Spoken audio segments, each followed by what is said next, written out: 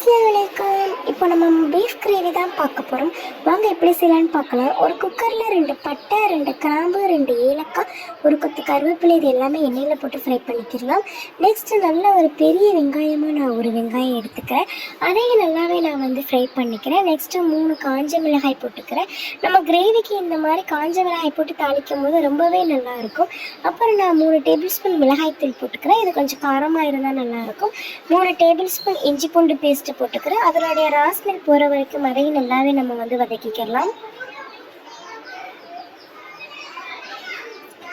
அதோட ராஸ்மெல் போனதுக்கப்புறம் நெக்ஸ்ட்டு நான் 3 டேபிள் ஸ்பூன் தயிர் ஆட் பண்ணிக்கிறேன்.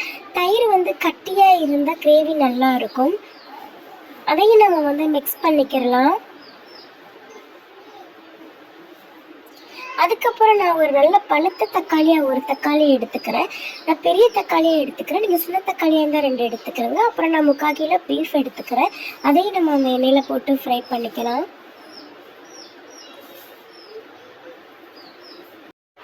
அப்புறம் 2 டேபிள் ஸ்பூன் மல்லித்தூள், 2 டேபிள் ஸ்பூன் சீரகத்தூள் ஆட் பண்ணிக்கிறேன்.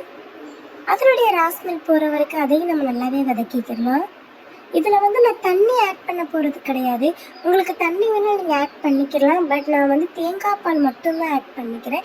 இதில் நான் தண்ணி ஆட் பண்ணவே இல்லை. அதுக்கப்புறம் அந்த குழம்புக்கு தேவையான உப்பு, அப்புறம் கொஞ்சோண்டு மல்லி இலை, இதையும் ஆட் பண்ணி நம்ம குக்கரை மூடிடலாம். அப்புறம் எடுத்து பாருங்கள், கிரேவி செம்ம டேஸ்ட்டாக இருக்கும். இது நம்ம கீழக்கரையில் மஞ்சள் சோறுக்கு வச்சு சாப்பிடுவாங்க. அவ்வளவு டேஸ்ட்டாக இருக்கும். நான் எங்கள் வீட்டில் எனக்கு மஞ்சள் சோறு ஆக்கிறதுனால நாங்கள் பீஃப் கிரேவி ஆக்கியிருந்தோம். உங்களுக்கு மஞ்சள் சோறு ரெசிபி எப்படி செய்யணும்னு கேட்டால் கமெண்ட் பண்ணுங்கள். கண்டிப்பாக நான் பண்ணுறேன். பிடிச்சிருந்தா லைக் பண்ணுங்கள்.